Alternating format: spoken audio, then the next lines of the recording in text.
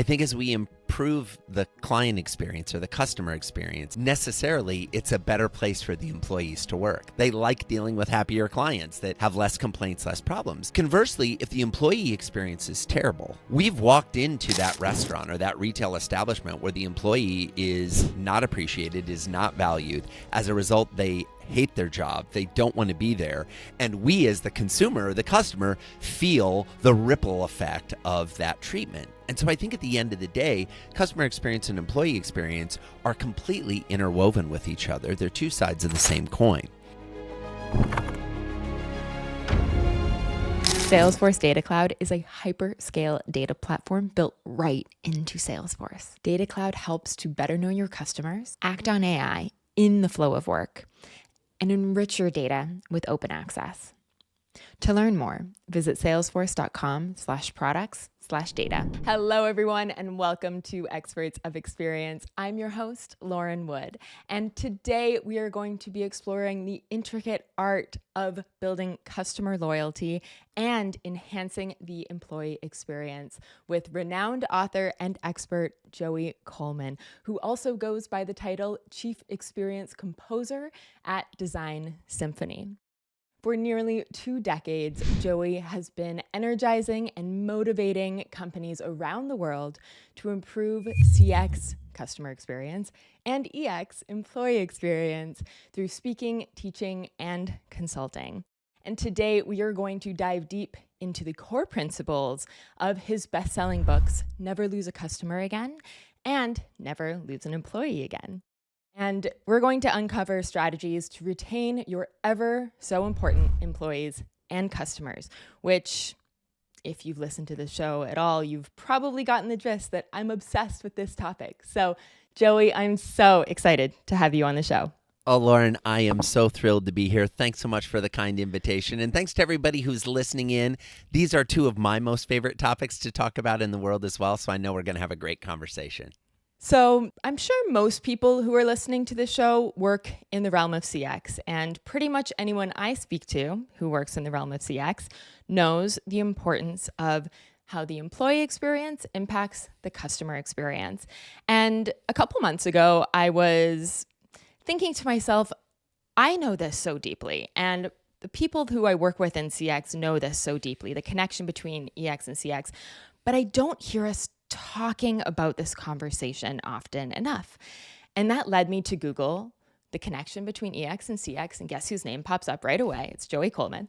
Which is why we have you on the show. I'm so happy that the organic SEO is working in my favor. Thank you. It's totally Search working. gods, I appreciate it. It's totally working. But Joey, I wanted to kick off by asking you, what do you think most business leaders misunderstand about the connection between the employee experience and the customer experience? I think what's fascinating, Lauren, is that most leaders, if you get them in a quiet moment, will tell you that customer experience is really important, and they will tell you that employee experience is really important. In my experience, however, they rarely use both of those concepts in the same sentence. And rarely are either of those topics in the top 3 things they're worrying about and paying attention to today. Mm-hmm. They know they should. It's like eating salad. You know you should do it, but sometimes you're like, oh, I'm eating this burger, and then suddenly you think, wait, I should have ordered a salad. It's not that we're telling you anything new that you should care about your customers or your employees. It's that you have so many other intervening forces that are drawing your attention or drawing your focus or seeming like they're bigger priorities that lots of times customer experience and employee experience get pushed further down the to-do list. Completely. And it's like the long-term versus the short-term thinking, right? We're always obsessed with where's the money coming from right now? What can we do to increase our revenue today? We're not thinking about those longer-term initiatives that ultimately are what grows our business and drives that long-term success, our relationships, Absolutely. which are not things that happen overnight.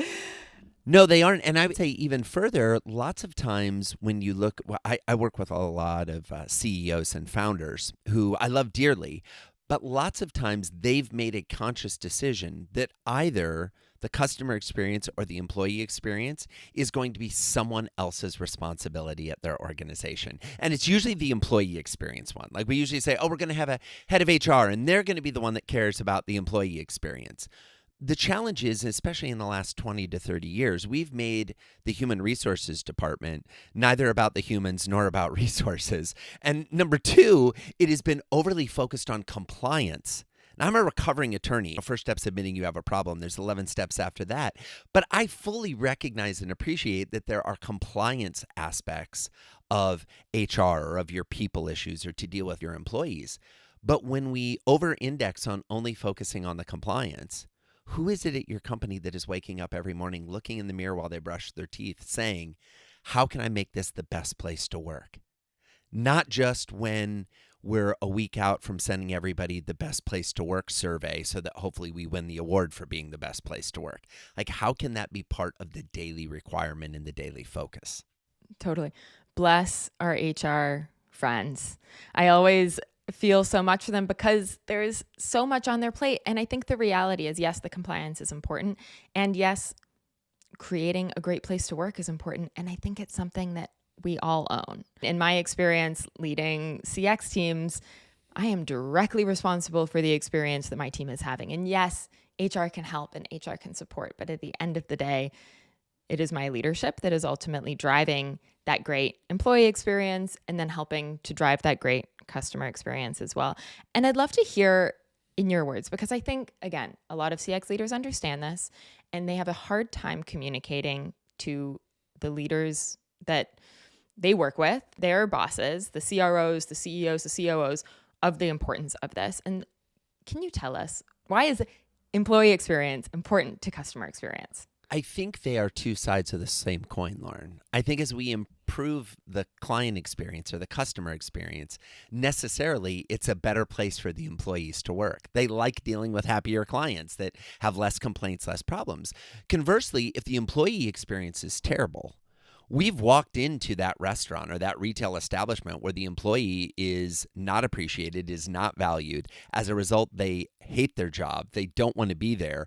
And we as the consumer or the customer feel the ripple effect of that treatment. And so I think at the end of the day, customer experience and employee experience are completely interwoven with each other. They're two sides of the same coin.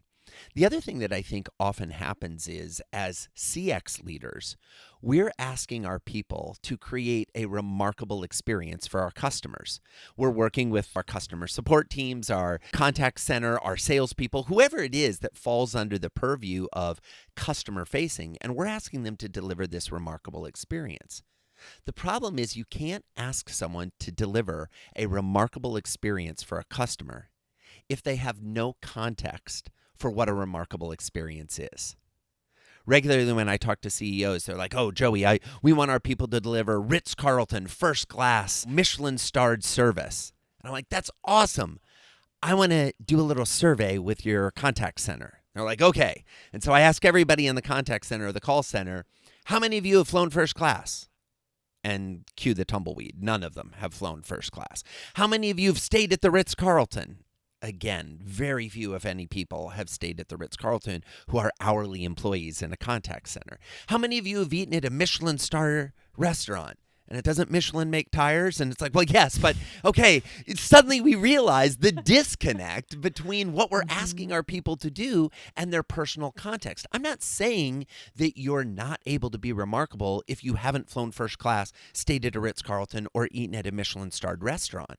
What I am saying is that as leaders, we have a responsibility to contextualize the request that we are making of our team and make sure that they have an understanding of what's really behind what we're asking them to do. Completely. And also, I've done the Ritz-Carlton customer service training, and the way that they treat their employees, which are not called employees, they're called ladies and gentlemen, who serve ladies and gentlemen. The experience that they create for those people is incredible. It starts with the employee experience. If we're looking to these companies that have been doing an incredible job at customer experience, if we actually look under the hood, there's a great employee experience. underneath. 100%. And I know you know this well because you've surveyed many companies for your books on the topics of a customer experience and employee experience. And I'd love to dive into a couple of the key topics or areas of focus. And I want to touch on both the customer experience and the employee experience because there are parallels in both these areas across the board. And so the first thing I want to talk about is journeys and customer journeys and employee journeys, just broad strokes overall. What would you say are some of the core similarities? Oh, I would say the core similarity between a customer journey and an employee journey is the person making the journey is a human. We spend so much time focusing on, what are the touch points going to be and where are they in the journey and what's the timing and the sequencing and which department on our side is going to be interacting with them.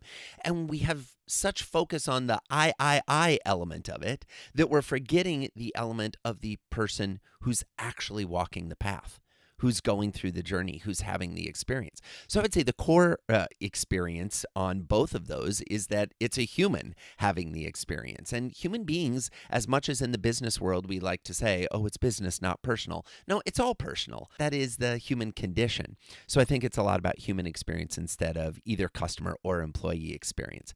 The other thing that I think is often overlooked in the customer journey and the employee journey is the difference in emotional state between us, the company, the organization, and the people we're serving, whether those are customers or employees.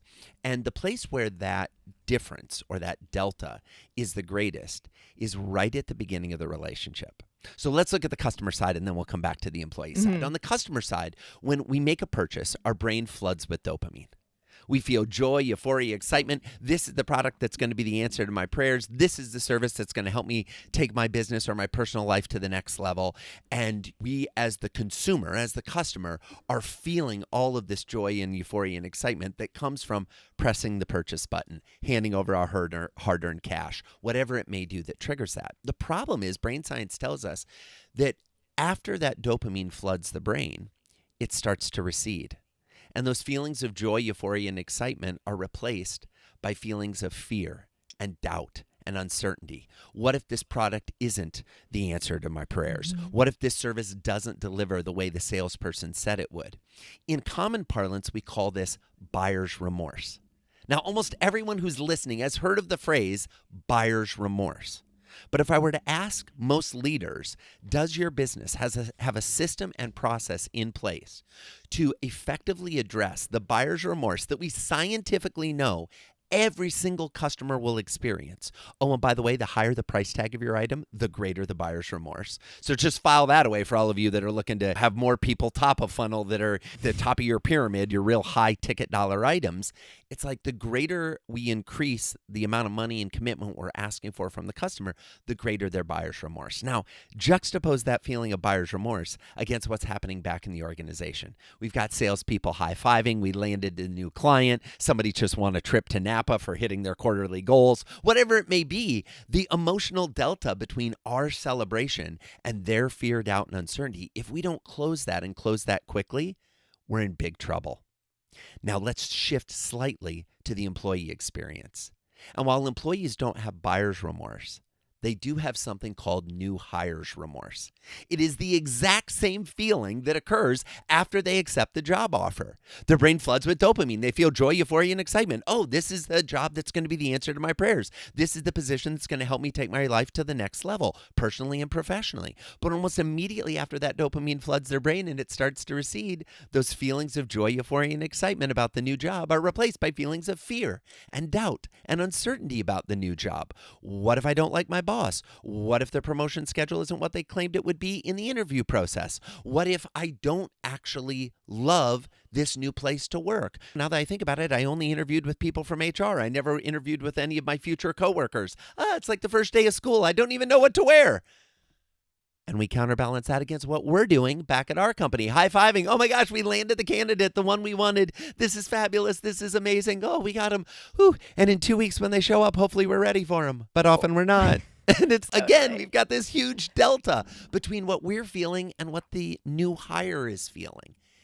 And if you doubt the validity of the two analogies I just gave, Friends, this stuff is scientifically proven. These are dopamine releases. This is fear, doubt, and uncertainty as dopamine goes away. It's why so many people love dopamine hits. We are hardwired as human to seek dopamine hits, whether we're a customer, whether we're an employee, or whether we're just some random person walking down the street. I believe if we pay attention to what the human we're dealing with is actually experiencing and what they need, it's a lot easier to create a remarkable interaction for them. So well said. I think we can all think back on moments where we've purchased something, whether it was something for ourselves or something for a company, which can be even more scary because you're on the line for making this decision, or taking a new job and the feeling of that. We've all had these experiences. And we're kidding ourselves to think that other people are not. This is a part of the human condition, just like you said. This is a part of what it means to be human. And so as we think about, and I know a lot of people do customer journey maps. I don't know, one, not as many should as they do. I know that for sure because I consult with companies to do customer journey mapping. But we often don't talk about the experience or the emotions that customer is feeling as they go through each of these stages. Because just as you said, it goes from really high to really low to maybe we can recoup some of it, or maybe we can not let it dip so low. And then also thinking about how does our employee experience go along with it? How do we make sure that we get those employees to really be advocates of our company as soon as possible so that they're not sitting there being like, oh, shoot, I made a mistake. So true, Lauren. So true. It's interesting. When we think about customer journey mapping, most organizations either have a customer journey map that they've created or they've at least talked about it. But when I go to most organizations and I say, what's your employee journey map? It's like cue tumbleweed. No one, and this is not a criticism of anybody in the HR departments. Again, see earlier comments about you are focused so much on compliance and making sure you're doing everything right. There isn't often as much time to be strategic and think about the feelings and the emotions of the team as opposed to did they fill out the right paperwork and do we have everything we need to process their taxes and payroll. I think there is an opportunity, though, for folks throughout the organization to acknowledge the importance of knowing the customer journey and the employee journey. Years ago, as a trick, lots of times when I was giving speeches, I would say, okay, who in the room works in customer experience? 5 or 6 people would raise their hands out of 100 people in the audience. And I'd be like, haha, just kidding. Everybody should be raising their hand because every one of you creates in some way the experience customers are going to have, even if you're in accounting and you're preparing the invoices. Lots of times that's one of the most frustrating aspects of a customer journey is how am I being billed? How am I paying? So it's everybody's involved. Now I do a similar thing with employee experience. I say, who in the room works in employee experience? Like the HR department dutifully raises their hands, but no one else does. We know for a fact that a significant double-digit percentage of employees who quit because they think their manager or their boss is not a good human being. So it's like all your managers, all your team leads, all of your coworkers and colleagues are all involved in employee experience. We're all part of the journey. But if we don't see where we go on that journey map, if there isn't even a journey map for us to reference, how can we ever expect to stay in relationship long term? People fall off the map. And when they fall off the map, as a general rule, they don't come back. Completely. You're reminding me of an earlier episode of our show where I was interviewing Sam Wegman of Univar Solutions, and she created a really amazing CX program. They're a B2B business. They've won a lot of awards for their B2B customer experience. And what Sam did when she took this position on was she created a campaign company-wide that was called We Are All CX. And it was about getting everyone in the company to adopt the fact that they create the customer experience. And let's take it one step further here.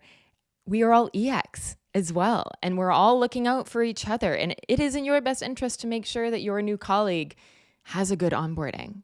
Because if they don't, you're going to spend all this time training someone who's going to leave or not be happy, not be engaged in their role. And it is everyone's role to take on the responsibility. And I wouldn't even call it a responsibility. This is creating a great human experience for other humans, inside and outside, right? And that actually is really rewarding.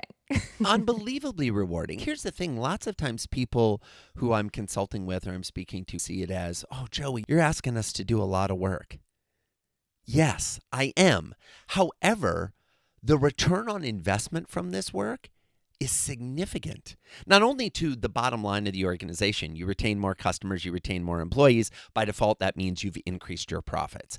The research shows if we can get 5% of customers who are going to leave to stay, just 5%, it will increase profits in the typical organization from 25 to 100%. Profits, not revenue.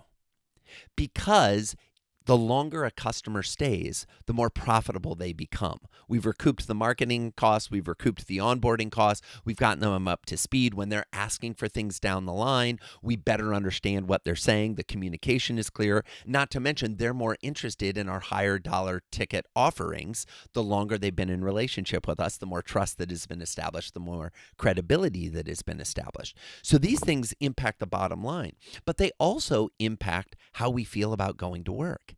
If we like going to work with our coworkers, it's not a slog to get up and be on our way to work at 8 a.m. on a Monday morning. If we enjoy our colleagues versus our coworkers, and by the way, the distinction on that is a coworker, when they see you on Monday, says, "How was your weekend?" A colleague, when they see you on Monday, says, "How was your grandma's birthday party?"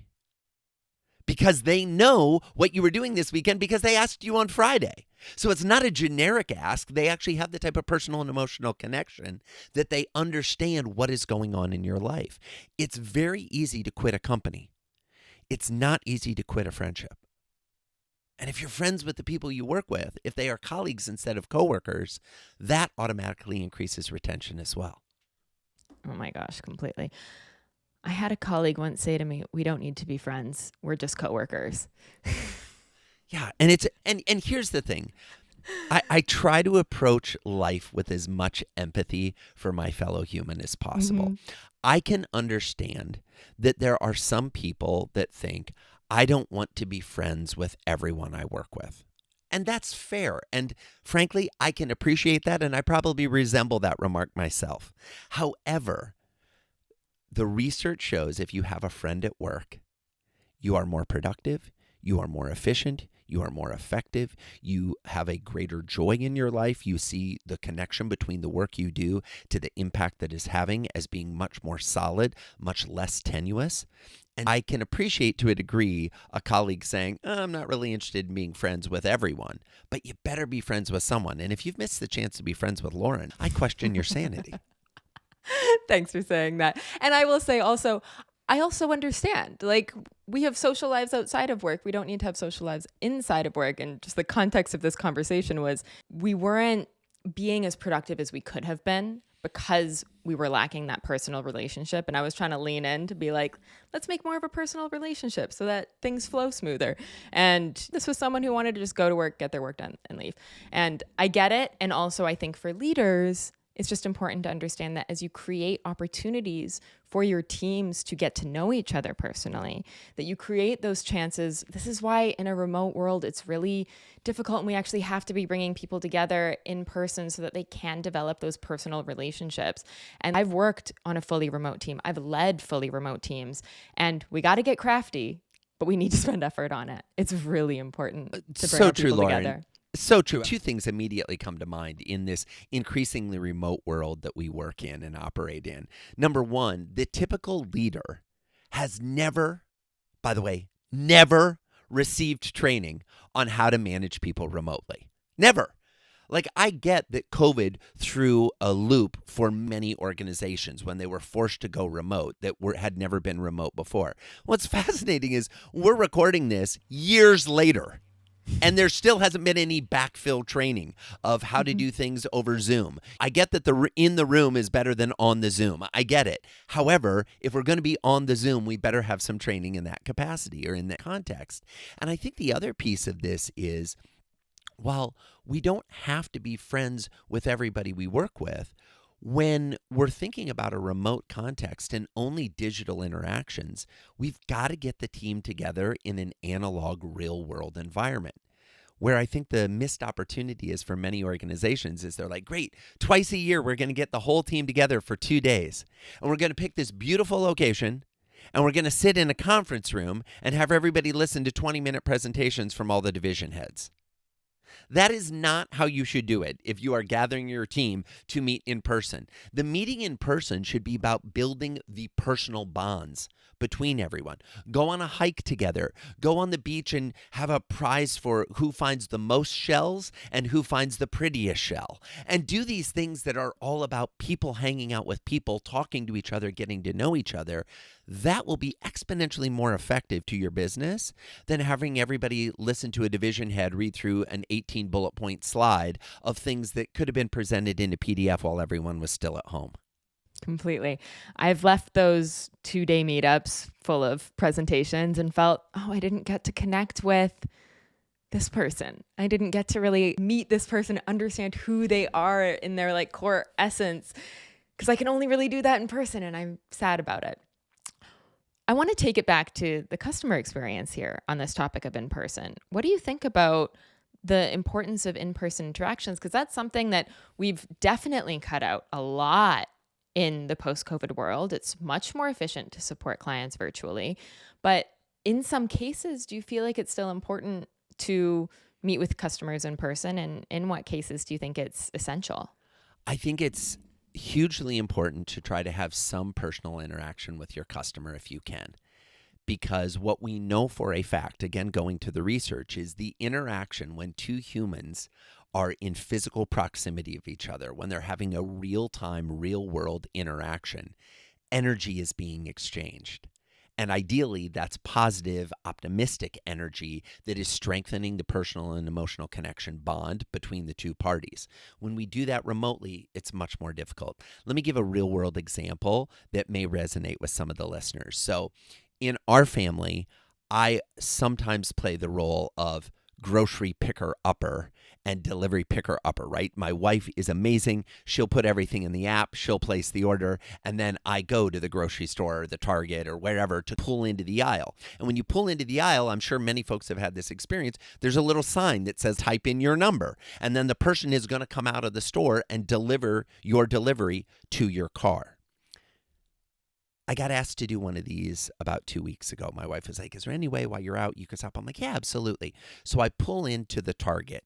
And I live in Minnesota. I'm a fan of the Minnesota brand of Target. I pull into the aisle, and I'm in slot number 7. And there are people in the other slots to the left of my car and the right of my car. And I haven't done this at Target before, so I don't know what the rules are. My wife just told me, you're going to have to hold up this barcode and show them that it's yours. I'm like, okay. But again, I'm a personal and emotional connection guy. So the person from Target comes up to the side of the car and has a scanner, and I open the door, and I say, I think you're supposed to sign this. And I can tell this has caught the person off guard. They're like, you're opening the door. You were supposed to just press the phone up against the window and let me scan it. And I was like, sorry, first time picker-upper, didn't really know what the rules are. Here you go. And she scans the QR code, and suddenly I feel the energetic shift where she realizes, oh, this is going to be an in-person interaction, not a distanced interaction. And I said, yeah, let me come around back and I'll open the trunk for you. Now, mind you, I can open the trunk automatically from within the vehicle, but I come around and I open the trunk, and this person starts loading the groceries and the items into the back of the car. And I said, is it cool if I help? And again, they have another moment where they stop and they're like, no one ever asked if we can help. But I wasn't going to jump into the cart and make her feel uncomfortable that I'm reaching into the cart to grab stuff, even though it's my stuff. And we load the cart together. And I can tell that this is the first personal interaction with a pickup delivery that she's had that day. Mind you, it's about 2:30 in the afternoon. And in that moment, what I realized is every single business is racing towards convenience. How can we be more convenient? The problem is when we over-index on convenience, lots of times we underserve on personal and emotional connection. And I like to think, and this could be my ego, so I'm fully well aware of it, that employee felt a little bit better about filling a trunk with groceries and items that were ordered because we had a personal interaction, because I acknowledged this person as a human. I treated them as a human. I had a little conversation. It wasn't a big conversation. I said things like, oh, how's the day going? And I'm always curious. I'm like, are there a lot of deliveries doing pickup today? Aren't there many? How does this order compare to the size of the typical order? I'm weird that way. I just want to understand how things work and how things go together. But I think every business, the reason I share this story is not to say that you should start delivering your product to customers' trunks. What I am saying, though, is anytime you have the chance for an in-person interaction, don't miss that opportunity to let your humanity show. As I'm sure you are aware, companies today have more customer data than ever, which is great. But then how do you actually use all of that data at scale? Salesforce's Data Cloud can help by giving teams a single source of truth for every customer. Ready to get started? Work with leading Salesforce experts from professional services.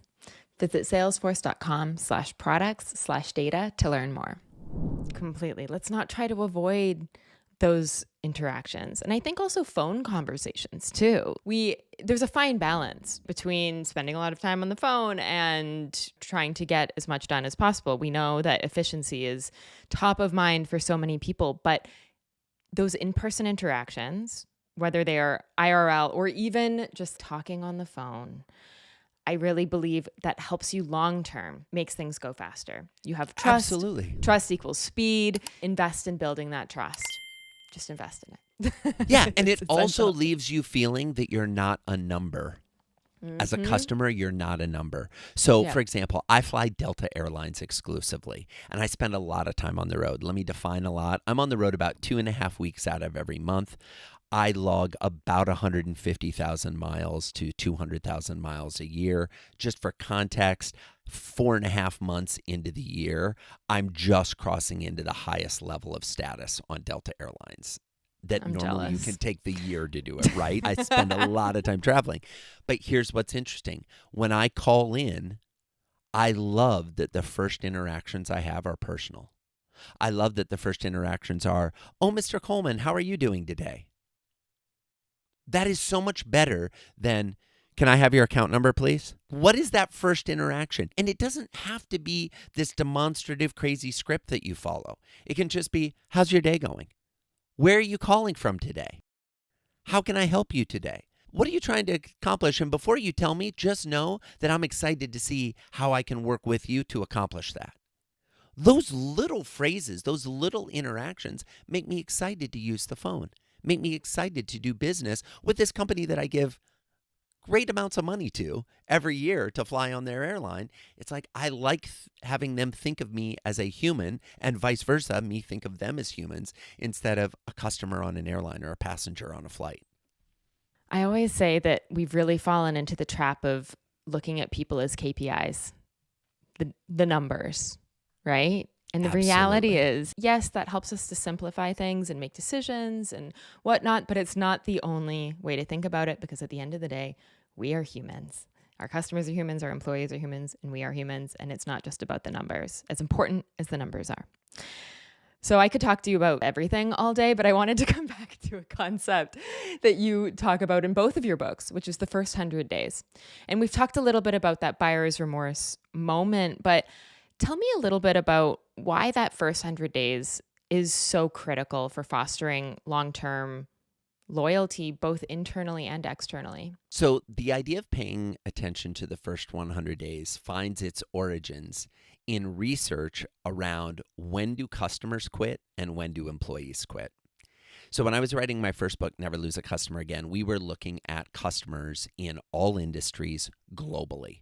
And what we found is that somewhere between 20 and 70% of new customers will quit doing business with an organization before they reach the 100-day anniversary.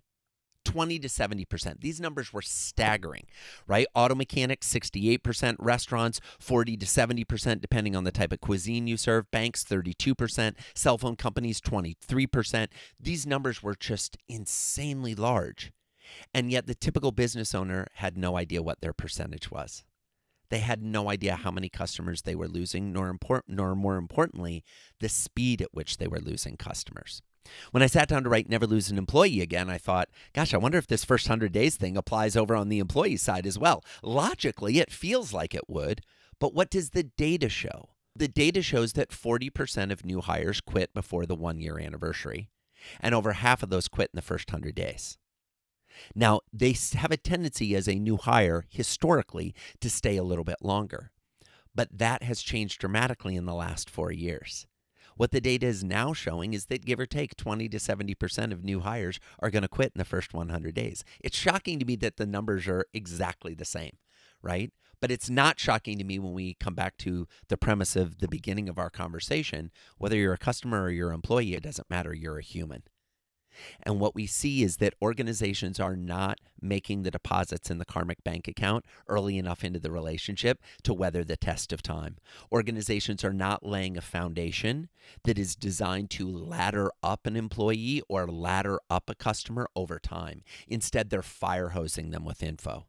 The typical new hire comes in and on their first 2 days has 2 days of back-to-back binder-driven training.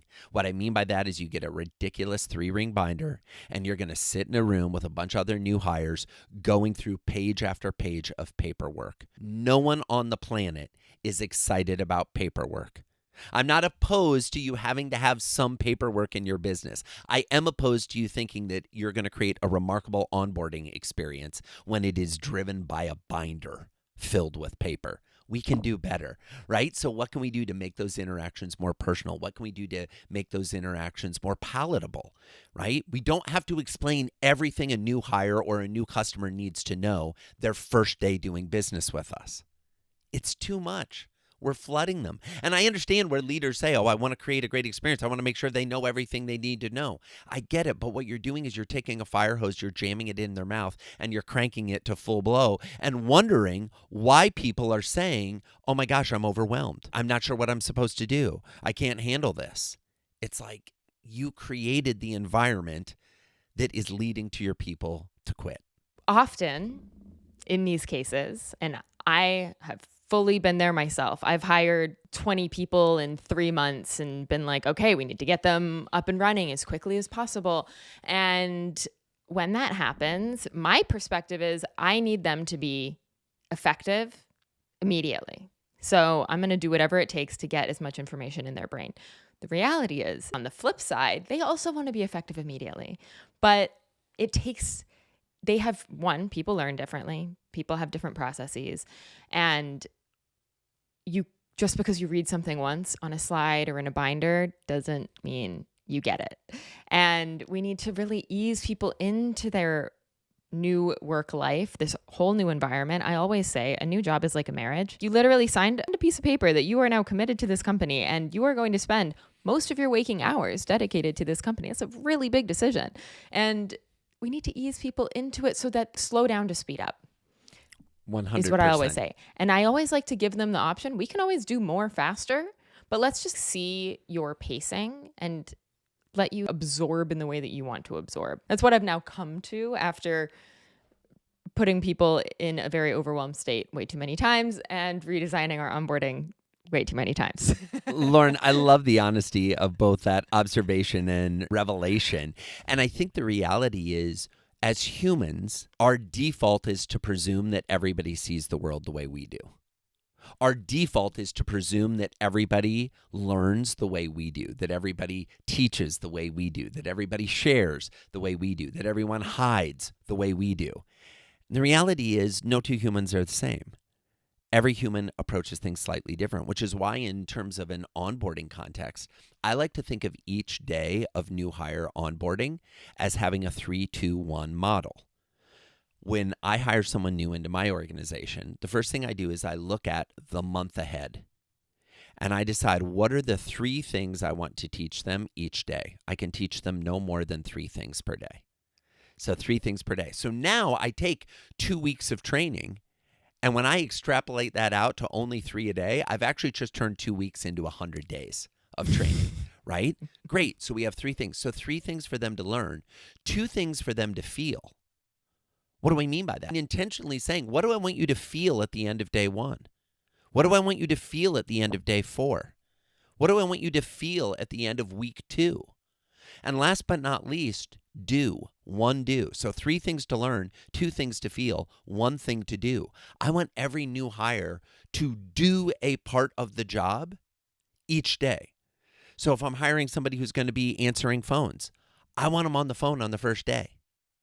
Now, some people may be saying, Joey, they're not trained enough to be on the phone. You shouldn't have hired a person that you're uncomfortable putting on the phone on the first day. Sorry, this speaks to your hiring process, not their capabilities. If you don't trust them being on the phone on day one, why did you hire them?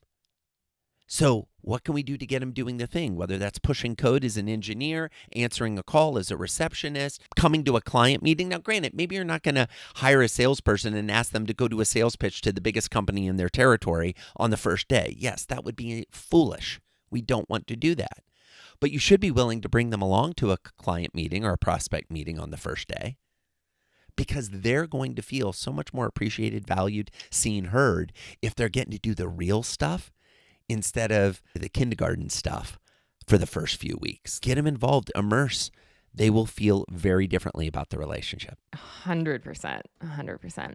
I wanted to come back to the customer side of this first 100 days and just validate the data, because in my last full-time role, I'm now a CX consultant and leadership coach, but in my last full-time role, when I got hired, we had a big retention problem.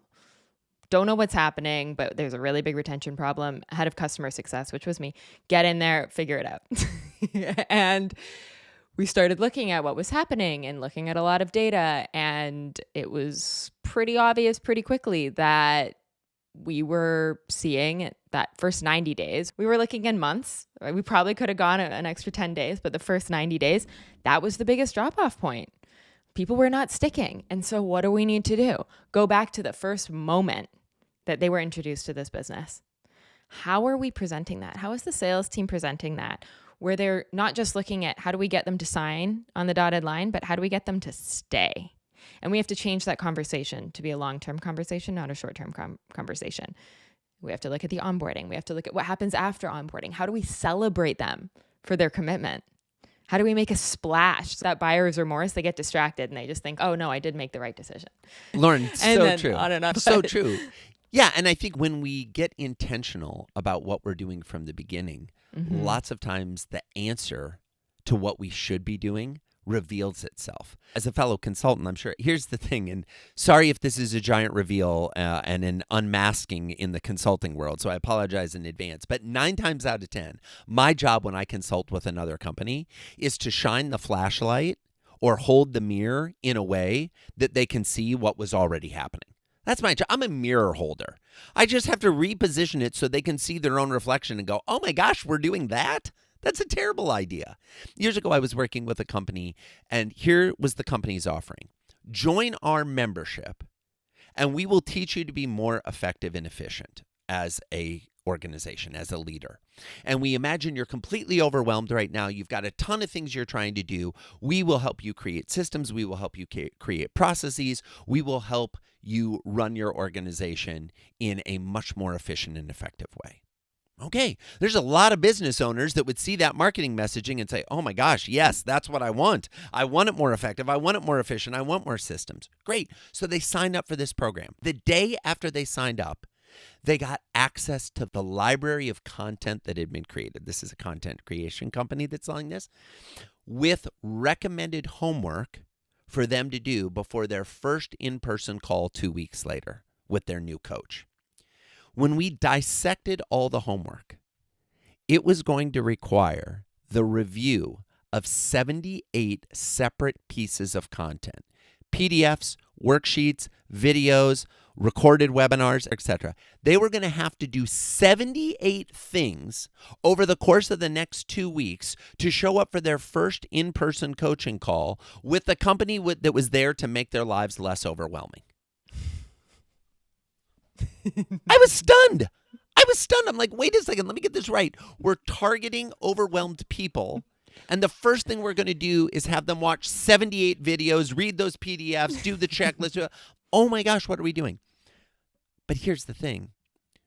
When I said that, I looked at the team's faces, and what I realized is they were finding their identity and their value as they were defining it in a way and finding it in a way that it was about how much content they produced. We have a video for everything you'll ever have to deal with. Great. You don't have to show me all of them. Show me the one that's most relevant to where I'm at now. Maybe 2, but probably better if you can show me 1. And let's just stair-step this up instead of fire hosing it up.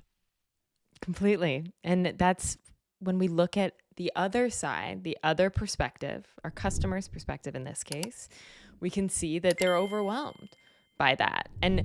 But in the best interest, the company has the customer's best interest at heart. They're like, we want to give you all the information.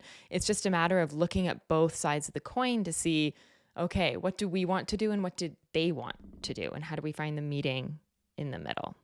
Absolutely. This is why customer journey maps is one of my favorite things to do and why I think it's such a valuable exercise for any company. I know we're coming up on time and I wanted to touch on something that we spoke about before, but I know this is really important for our listeners. And this is the ROI of investing in, and we can start with customer experience, but really the ROI of investing in a customer experience strategy that brings everyone together. As we've said, it's a long-term play. It's not a short-term play.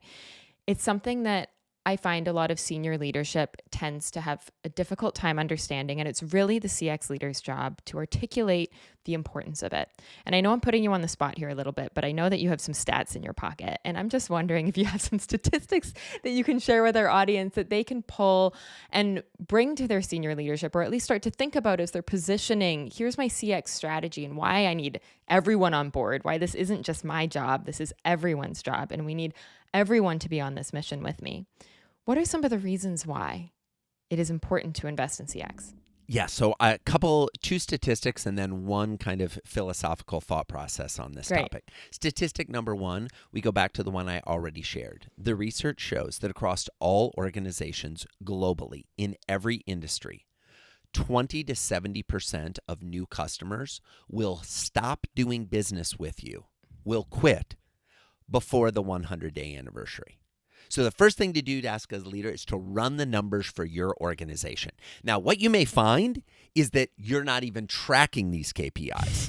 Okay, that's what we're probably going to find. But when we start to actually dive deep into this, we're going to realize that in the typical organization, we are hemorrhaging a double-digit percentage of new hires are leaving. So now we've identified that there's a problem.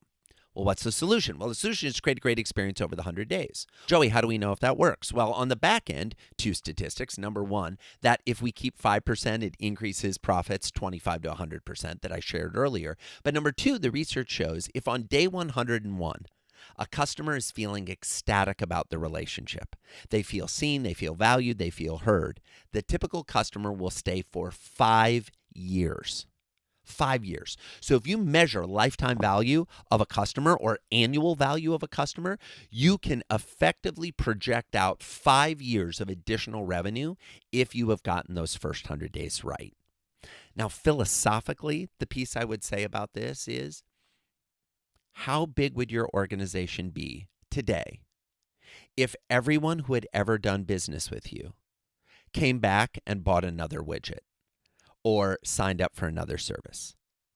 Now, in the typical audience, when I talk about this, it's 5 times bigger, 10 times bigger, 20 times bigger if everyone who'd ever been a customer came back and was a customer again. These are people you already know.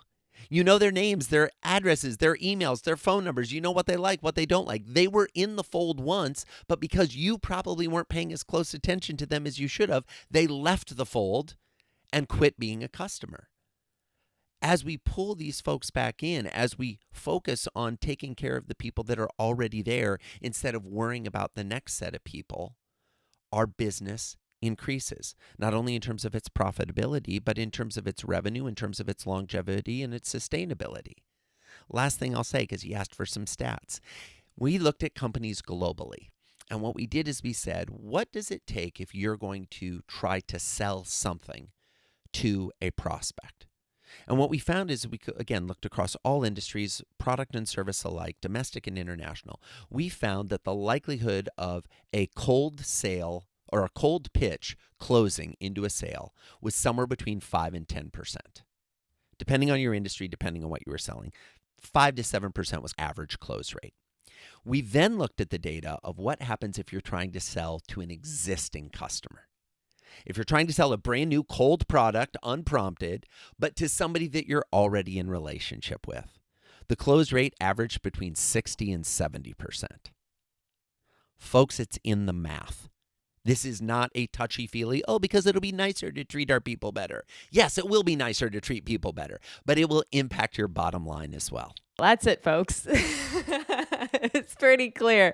And I know that most people listening to this know this, but it is our job to articulate this to the folks who may not be thinking about customer experience all day, and also who may not be thinking about the impact that the employee experience has on that customer experience. And the one thing I'll add to everything that Joey just shared is that yes, those are the numbers when it comes to customer experience. And in order to do that, in order to create that great experience, it's important that we empower the people who are taking all the actions to make that happen. And we need to make sure that those people feel that they have a great experience in doing this, that they can pass that on. I really think of it as a baton. It comes from the leader in the company to the team, and from the team to the customer. And so it's so important that we also think about how do we enable our people to then create that great experience that ultimately increases our bottom line.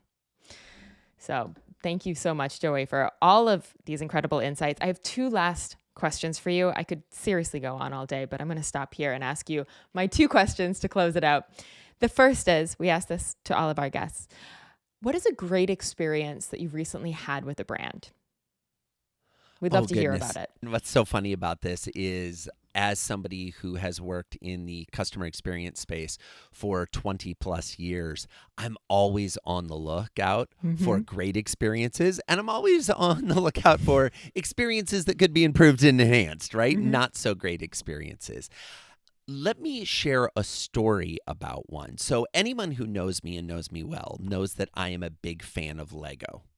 I love Lego. I love building Lego. I love doing it with my boys, building Lego with my wife. I build Lego sets on my own, right? It's just, I'm a big fan of the brand and everything they stand for and everything they do. As a result, I give a lot of Lego as gifts. So not too long ago, I decided to gift my nieces and nephews some Lego. Now, while they certainly have Lego in their house, they are not Lego fanatics like their aunt and uncle are, right? So we sent these gifts. And this weekend I was hanging out with my family, and one of my brothers said, when we were building that Lego set, thanks again, there were a lot of pieces. I was like, I know, but the kids were loving it, right? He said, we got to the end and we realized that we had lost a piece. And it was really frustrating. And he said, but did you know if you go on the Lego website, you can order any missing pieces, any missing stickers, anything like that, and they'll send them to you for free? And I said, I actually did know that. And I watched as my brother said, name another toy company that's like that. I said, exactly. And that's why I'm a big fan of this brand. So what was beautiful is my gift, there was a positive brand experience, not directly via me, but through the experience my brother had and my nieces and nephews, that he then reached out to the company and they treated him remarkably well, the same way I've been treated for years and years of being a Lego fan. And now they're building a new fan. Because in every business, there are things that you can anticipate. Lego has anticipated that people will lose some of the pieces. This is just the nature of play and toys and kids and little pieces that are the size of a pencil eraser, right? Teeny tiny pieces. They understand this. And what they have done is they have put in place the money, the resources, the support team to make it easy to say, hey, I love this toy, but I lost a piece. And instead of send us your receipt, tell us what you were wearing the day you purchased it and what the weather was like and all this craziness, they realize we can just send a couple pieces in the mail and trust that we're going to allow them to complete the set. And that's what I'll close on. Every customer is trying to accomplish a goal when they buy your product, when they buy your service. If you have Lego, you have multiple goals. You want to have fun building it. You want to create a moment of play. But if you're going to follow the directions and build something, you want it to look like the picture on the box. And in order to do that, you need all the pieces. So help your customers to achieve the thing that you've promised them. Help them to achieve the goal they had, to accomplish the goal they had when they originally decided to do business with you. And that's how you create long-term advocates. My brother's telling this story in a room of parents about how great Lego is. And it's because there was a mistake that was rectified in a way that was remarkable. The key there was a mistake that they rectified in a remarkable way. And look at that, how you can go from decreasing trust to increasing trust exponentially through these types of actions that really think about the customer's experience. I love that example. And I'm also a huge Lego fan. I don't have children yet, but it's one of the reasons to have kids, to be honest, is to just have more Lego around. I love it. I love it. And so then my one last question for you is, what is one piece of advice that you think every customer experience leader should hear? Oh, one piece of advice I think every customer experience leader should hear. Let's build on the Lego story I just shared. No matter how hard you try, you are going to make mistakes. As a brand, as a business. There are going to be times when you drop the baton, drop the ball, fail to deliver, say the thing that you shouldn't have said, send the email at the wrong time when you should have sent it, miss the deadline, go over budget, fill in the blanks. Every business is going to have moments where they fail to meet their own standards of what they were trying to do. Use that opportunity to turn your mistakes into your marketing. Take the mistake and respond in such a beautiful, remarkable way that people want to tell the story of how you fixed the mistake. Consumers don't want or expect perfectly seamless, everything great, never miss a beat, mistake-free interactions. Customers are human. They know that mistakes happen. But it's how we respond to those errors, those mistakes, those missed opportunities that creates the stuff of legend, the stories that people talk about for years to come. That word-of-mouth marketing, you can't buy that. But you can create the environments where it will happen if you respond to a mistake in a remarkable way. Such great advice. Joey, thank you so much for coming on the show. You shared such incredible knowledge on such important topics. So we really appreciate you coming and sharing it with us. I hope you have a beautiful day.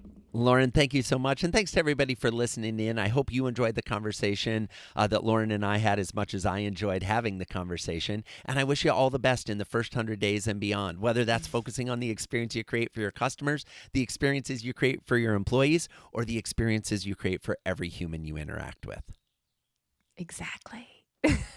Thank you so much, Joey. We'll talk to you soon.